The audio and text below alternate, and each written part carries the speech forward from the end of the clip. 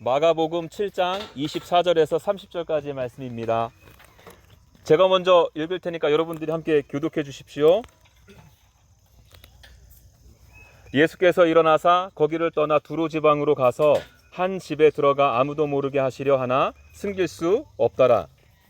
이에 더러운 귀신 들린 어린 딸을 둔 한 여자가 예수의 소문을 듣고 곧 와서 그 발 아래에 엎드리니 그 여자는 헬라인이요 스로보니게 족속이라 자기 딸에게서 귀신 쫓아내 주시기를 간구하거늘 예수께서 이르시되 자녀로 먼저 배불리 먹게 할지니 자녀의 떡을 취하여 개들에게 던짐이 마땅치 아니하니라.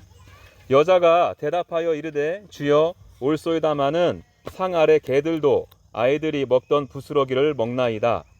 예수께서 이르시되 이 말을 하였으니 돌아가라. 귀신이 내 딸에게서 나갔느니라 하시매 다 같이요. 여자가 집에 돌아가 본즉 아이가 침상에 누웠고 귀신이 나갔더라. 아멘.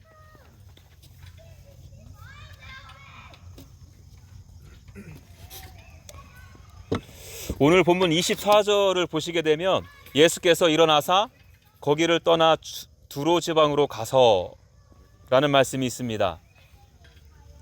여기서 말하는 거기는 어디를 가리킬까요?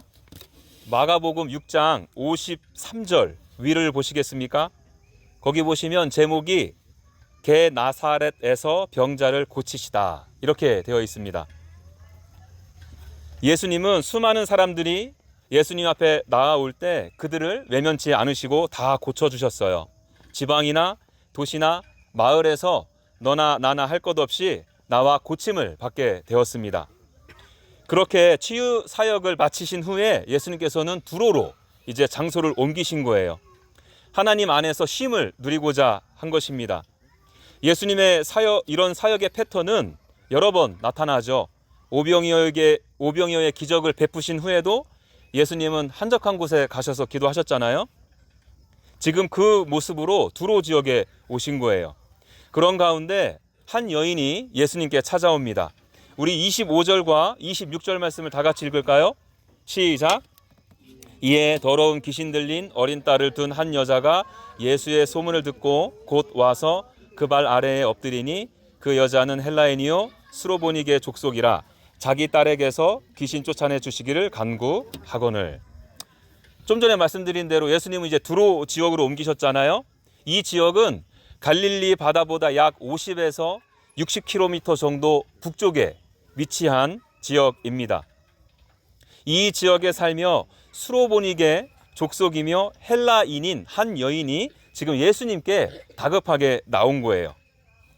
갈릴리와 두로는 그렇게 멀지 않기 때문에 이 스로보니게 여인은요 유대 종교에 대해서 익히 알고 있었을 거예요. 무엇을요? 자기 자신이 유대인인 예수님께 나아갈 수 있는 어떠한 종교적, 문화적 자격이 없다는 사실을요. 그 여인은 이방 지역에 사는 이방 여인이었거든요. 더군다나 그녀의 딸은 지금 더러운 귀신에 들렸다 말하고 있습니다. 유대의 관점에서 보면 이 여인은 부정하고 더러운 것이에요. 유대인에게 있어서 이 정결법은 너무나도 중요했거든요. 죄가 있느냐 없느냐, 더러우냐 깨끗하냐, 이것이 하나님께 나아갈 수 있느냐 없느냐를 규정지었기 때문입니다. 그렇다고 예수님께서 이 여인의 이 자격 없음을 아시고 이 여인을 초대했을까요? 그것도 아니에요. 이 여인은 자격도 없을 뿐더러 초대받지도 못했습니다. 그럼에도 그리스도께로 나아간 거예요. 그리고는 딸에게 귀신 들렸으니까 이 일을 해결해 달라고 지금 간청하고 있는 것입니다. 이 여인의 간청은요, 못 먹는 감 한번 찔러나 보자, 한번 해봐서 안 되면 말고, 이런 이례적인 간청이 아니었던 거예요. 26절에 나오는 간구하다의 시제는 현재 진행형으로 쓰이고 있습니다. 다시 말해서 이 여인은 끈질기게 그리고 끊임없이 예수님께 간구했다는 거예요. 그래서 여러분, 같은 이야기를 기록하고 있는 마태복음 15장 23절에는 이런 말씀이 있습니다. 그러나 예수께서는 한마디도 대답하지 않으셨다. 그때에 제자들이 다가와서 저 여자가 우리 뒤에서 외치고 있으니 그를 돌려보내 주십시오. 하고 청하였다. 이런 말씀이 있어요. 여러분 지금 상황이 어떻게 돌아가고 있는지 상상이 가시죠? 이 여인은 예수님을 아주 끈질기게 찾아다니며 쫓아다니며 외친 거예요. 예수님께 간청한 것입니다. 이에 제자들이 짜증이 났어요. 예수님, 이 여자 너무 시끄러우니까 제발 좀 쫓아내 주세요. 지금 이렇게 말하고 있는 것이거든요. 여러분 어떻게 보면요, 이 여인은 교양도 없어 보이고요, 참으로 경유도 없어 보입니다. 그럼에도 이토록 예수님께 매달린 이유는 어디에 있을까요? 예, 사랑하는 자신의 딸이 지금 더러운 귀신에 들렸잖아요. 여러분 여기서 말하는 더러운 귀신에 들렸다는 이 말은요, 문자적으로 더러운 귀신에 들렸다는 것을 의미하는 거예요. 그러나 적어도요, 오늘 본문에서는 보다 더 깊은 의미를 가지고 있습니다. 오늘 본문이 기록되어지기 앞에서 예수님과 바리새인들의 논쟁이 기록되어져 있어요. 여러분 그 논쟁의 주제가 뭔가 하면 예수님의 제자들이 손을 씻지 아니하여 더럽다, 이 주제였어요. 당시 유대인들은 식사를 하기 전에 빵 부스러기를 가지고 손을 씻었거든요. 여러분 빵 부스러기로 씻으면 얼마나 깨끗해질지 모르겠지만 자기들은 빵 부스러기로 손을 씻어 깨끗한데 제자들은 씻지 않아서 지금 더럽다 하고 있는 거예요. 그래서 예수님은요, 이 바리새인들에게 카운터 펀치를 날리십니다. 21절에서 23절을 제가 읽어드릴게요. 속에서 곧 사람의 마음에서 나오는 것은 악한 생각, 곧 음란과 도둑질과 살인과 간음과 탐욕과 악독과 속임과 음탕과 질투와 비방과 교만과 우매함이니 이 모든 악한 것이 다 속에서 나와서 사람을 더럽게 하느니라. 여러분 무슨 말이에요? 너희들이 지금 손을 씻었다며 깨끗하다고 말하고 있구나. 그러나 정녕 깨끗해져야 할 것은 손이 아니라 너희들의 마음이다. 입술로는 하나님을 경외하지만 마음으로는 전혀 경외하지 않는 그 마음이 정녕 더러운 것이다. 지금 이렇게 말씀하신 거예요. 여러분 이 논쟁 후에 오늘 본문이 기록되어져 있는 거예요. 여러분 마가는 지금 의도적으로 바리새인들의 안정결함, 즉 더러움, 이거를 꼬집고 있는 것입니다. 하나님의 실존을 부정하는 인간의 모습을 드러내려 한 것인지도 모르겠어요. 여튼 이 여인에게는 더러운 귀신 들린 딸이 있었어요. 여러분 여러분들의 자녀 중에 만일 이런 상황에 놓이게 된 자녀들이 있다면 교양, 경우 뭐 따지겠습니까? 지푸라기 하나라도 잡고 싶은 심정으로 매달리지 않겠어요? 예수님에 대한 소식을 듣고 이 여인은 이렇게 간절함으로 나왔어요. 그리고 여러분 한 가지가 더 있습니다. 마가는 이 여인이 예수님 앞에 나아갈 때 그 장면을 비교적 간단하게 설명하고 있는데요, 마태는 아주 자세하게 기록해 놓았어요. 마태복음 15장 22절에 주 다윗의 자손이여, 이렇게 기록하고 있습니다. 마태는 지금 여러분 이 여인이 예수님 앞에 나아갈 때 어떻게 부르고 있느냐, 지금 그 호칭에 주목하고 있다는 거예요. 주 다윗의 자손이여. 여러분 이 고백은 아주 중요한 고백이거든요. 좀 전에 말씀드린 것처럼 두로는 갈릴리와 이 지리적으로 가까웠기 때문에 유대와 갈릴리 지역에서 일어나는 소문을 다 그는 들었을 거예요. 어림도 없는 소리라고요? 여러분 샤를롯에서 랄리까지 거리가 165마일 정도 되거든요. 킬로미터로 환산하면 265km 정도 돼요. 랄리에 사시는 분들이 우리 교회에 대한 소문 거의 다 들어서 알고 계시던데요.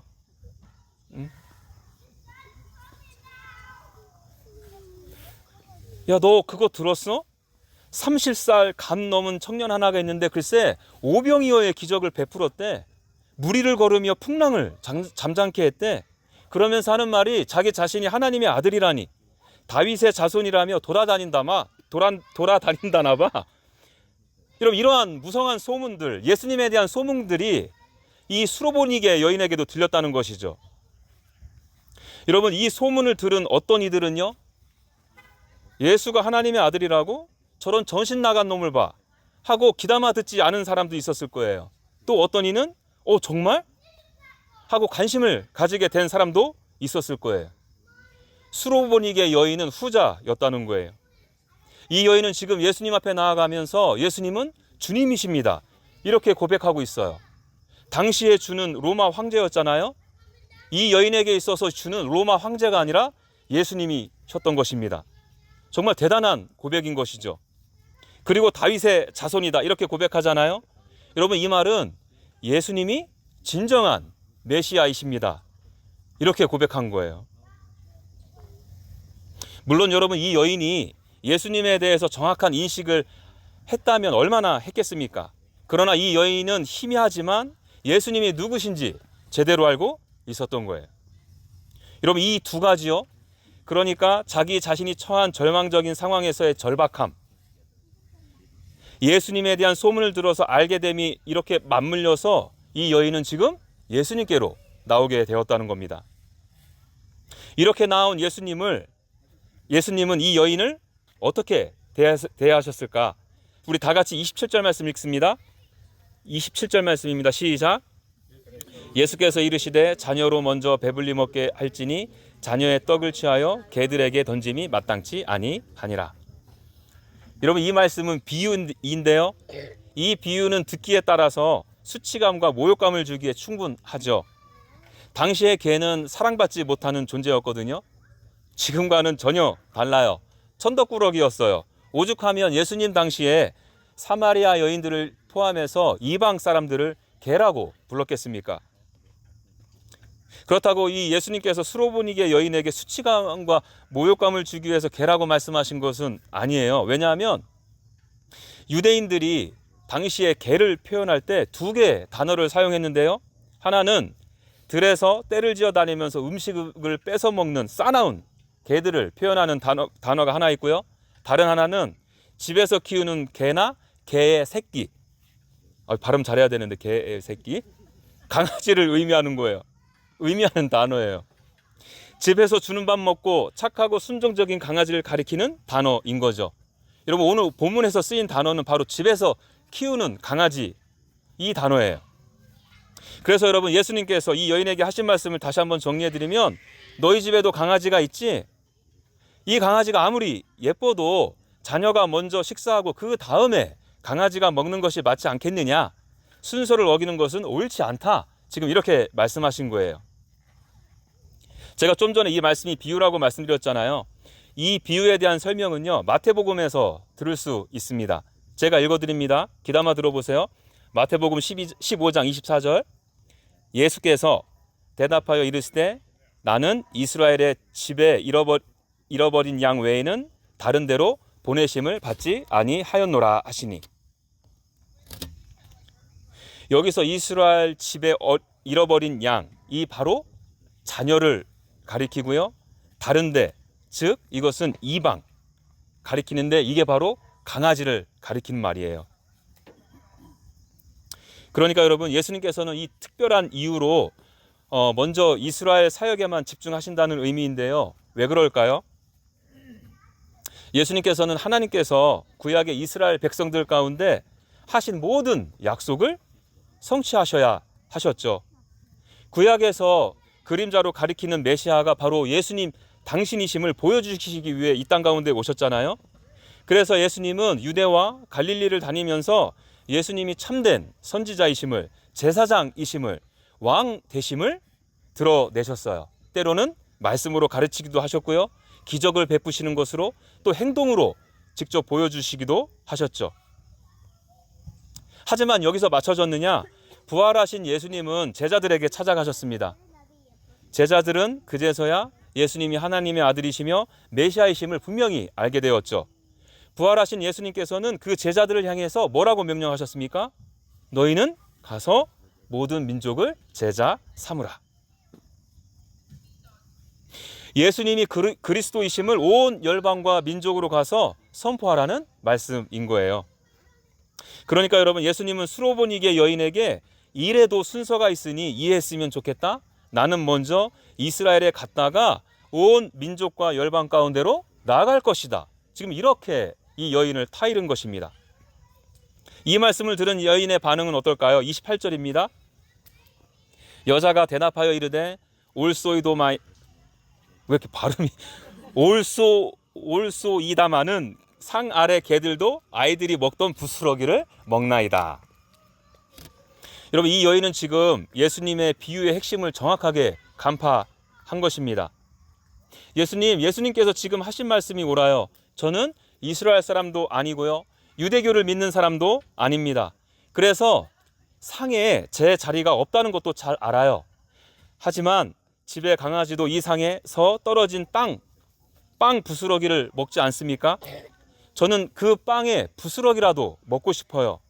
그 빵은 온 세상의 모든 사람들이 다 먹고도 남을 풍성함이 있음을 믿기 때문에 그렇습니다. 지금 이렇게 고백하고 있는 거예요. 우리는 솔직히 이 여인의 이 대답이 선뜻 이해가 되질 않죠. 왜냐하면 우리는 내가 무언가를 행하고 그 행함에 대한 대가로 권리를 요구하는 것이 자연스럽기 때문에 그렇습니다. 여러분, 예를 들어서 내가 밥값 냈으니까 당신이 커피 사세요. 이게 자연스럽잖아요. 암묵적으로 대부분 이런 식으로 인간관계 쌓아가지 않습니까? 내가 밥 샀으니 내가 커피도 살게요. 이거 당신이 밥도 샀으니 커피도 사주겠어요? 이 갑자기 분위기 쌓여지는 거 아니에요? 더 이상 관계가 안 되죠. 하지만 이 여인은요, 자기 자신의 몫을 주장할 만한 행위를 한 게 없어요. 내가 무언가를 행했어야 그에 대한 대가로 어떤 권리를 주장할 수 있을 텐데요. 이 여인은 지금 예수님 저에게 그럴 만한 권리가 없다는 것도 압니다. 그러나 그래도 주님, 제게는 빵 부스러기가 필요합니다. 그것만이 저의 살 길입니다. 그 부스러기가 자녀가 먹다 남은 부스러기이든 당신들이 빵 먹기 전에 손을 씻은 부스러기이든 상관이 없습니다. 그 부스러기가 제 마음을 깨끗하게 할 것이고 제 영혼을 충만케 할 것입니다. 여러분, 이렇게 간청한 거예요. 여러분, 이 구절을 제임스 에드워즈라는 분이 다음과 같이 주석했어요. 여인은 이스라엘 메시아의 목적을 이스라엘의 누구보다도 잘 이해하고 있는 듯하다. 여인의 담력과 끈기는 예수님의 족하심과 풍부하심을 굳게 믿는다는 증거다. 여인은 제자들과 이스라엘을 위한 예수님의 공급하심이 자신에게도 돌아올 몫이 있을 만큼 넘친다는 사실을 믿어 의심치 않았다. 수로보니기의 여인의 이 대답을 들은 예수님의 반응이 어떻습니까? 마태복음에 보면요, 제가 15장 28절을 읽어드릴게요. 이에 예수께서 대답하여 이르시되 여자여 내 믿음이 크도다. 내 소원대로 되리라 하시니 그때부터 그의 딸이 나으니라. 사실 여러분, 제가 읽어드린 이 마태복음 말씀에 단어 하나가 빠져 있어요. 헬라어 성경에는 여자여라고 부르시기 전에 오 라는 감탄사가 빠져 있습니다. 다시 말하면 여러분, 예수님은 이 여인의 대답을 듣고서 깜짝 놀라신 거예요. 그리고는 내 믿음이 크다, 이렇게 칭찬해 주신 것입니다. 여러분, 이 여인은요, 자기 자신이 자격 없음을 인정했어요. 교만하지 않았다는 것입니다. 예수님께서 비유로 말씀하신 그 내용들을 겸허히 받아들였어요. 여러분, 아무리 비유라고 하더라도, 집에서 키우는 강아지라 하더라도 이스라엘과 이방인을 나누고 있는 것도 사실이잖아요. 기분 좋을 리 없었을 거예요. 그러나 이 여인은요, 예수님, 제가 계란이요, 어찌 그렇게 인종차별적인 발언을 서슴지 않고 말씀하시나요? 하고 따져묻지 않았다는 거예요. 여러분, 저와 여러분들은 성경에 나오는 수많은 예수님의 말씀들, 하나님의 성품들에 대해서 항상 따지지 않습니까? 그런데 이 여인은 그렇게 따져묻지 않고 받아들였어요. 또 다른 한편으로는 예수님의 제안을 받아들이지 못할 정도로 낙심하지도 않았어요. 예, 주님, 그렇죠, 저는 개가 맞습니다. 이러한 제가 어떻게 빵을 먹을 수 있겠어요? 하고 그 자리에 주저앉거나 물러나지도 않았다는 것입니다. 여러분, 세상 사람들이 예수님을 구조로 삼지 못하는 이유는 두 가지입니다. 하나는 너무 교만하기 때문이에요. 예, 제가 강아지가 맞습니다, 이렇게 인정하지 않는다는 것입니다. 다른 말로 표현해 드릴까요? 내가 왜 죄인이야? 나는 하나님께 용서받을 짓을 한 적이 없어. 이렇게 말하는 것입니다. 물론 제각각 표현은 다르게 할 수 있죠. 그러나 그 말들의 끝을 들여다보게 되면 그런 하나님을 나의 하나님으로 받아들일 수 없다는 거예요. 결국 내가 하나님이라는 거죠. 다른 이유는 여러분 열등감입니다. 그렇죠. 주님, 저는 빵을 받아 먹을 만한 존재가 못 됩니다. 이렇게 뒷걸음질 치는 거예요. 크고 위대하신 하나님께 구원받을 자격이 없다 하는 것입니다. 열등감에 사로잡혀 계신 분들의 겉모습은 무척이나 겸손해 보이죠. 아우, 저는요 지은 죄가 많아서 용서받을 수 없어요. 목소리도 기어 들어가는 소리로. 여러분, 그러면서 자기가 하고 싶은 말과 행동은 조용히 다 하잖아요. 내가 지은 죄가 많아서 용서받을 자격이 없어요. 이 말은요, 그분에게 용서를 구할 만큼 잘못한 것이 없다, 이렇게 말하는 것만큼이나 아주 큰 잘못이에요. 이 교만과 열등감은 드러나는 모습과 행태는 다 달라요. 그러나 이 두 가지는요, 결국 복음과 다 원수지간이거든요. 수로보니게 여인은요, 예수님이 부르지도 않았는데 예수님께 나아갔어요. 이 여인은 예수님에 대한 소문을 듣고 알았습니다. 절망 속에서 분명한 열정과 간절함을 가지고 주님께 찾아갔죠. 여러분, 반면에 마치 우연처럼 예수님을 만나는 사람들도 있어요. 사람마다 다 다릅니다. 그렇지만 중요한 것이 무엇이겠어요? 어떤 경우든 예수님께서 우리의 필요를 아시고요, 채워주신다는 거예요. 그리고 부정한 우리를 정결케 하시고 우리에게 영원한 생명을 주신다는 것입니다. 여러분, 저와 여러분들도 예수님에 대해서 수도 없이 듣죠. 적어도 일주일에 한 번은 예배 가운데 예수님에 대한 소문을 듣지 않습니까? 여러분들은 이 소문에 대해서 어떻게 반응하고 계시나요? 예수가 하나님의 아들이라고? 메시아라고? 우리를 향한 하나님의 사랑의 확증이라고? 무슨 강아지 같은 소리, 이렇게 말씀하시면서 외면하고 있지는 않으신가요? 여전히 교만에게 사로잡혀 있지는 않으신가요? 여전히 열등감에게 발목이 붙잡혀 계시지는 않으신가요? 아니면 내 영혼의 가난함, 목마름, 부정함에 대한 간절함과 열망을 가지고 매 순간순간마다 그리스도께로 나아가고 계신가요? 제가 바라는 것은 저와 여러분들 모두가 이 수로보니게 여인처럼 하나님의 아들이신 그리스도께로, 다윗의 자손이신 예수님께로 나아가기를 원합니다. 여러분들의 자격 없음을 겸손히 인정하십시오. 그러나 그 뒤로 물러나지도 마십시오. 예수 그리스도께서 나에게 오지 않으신다고 머뭇거리지도 마십시오. 간절한 열망을 가지고 예수 그리스도께로 나아가십시오. 예수님께서 십자가에서 흘리신 보혈로 세상에서 제일 부패하고 더러운 내 마음이 정결케 될 것입니다.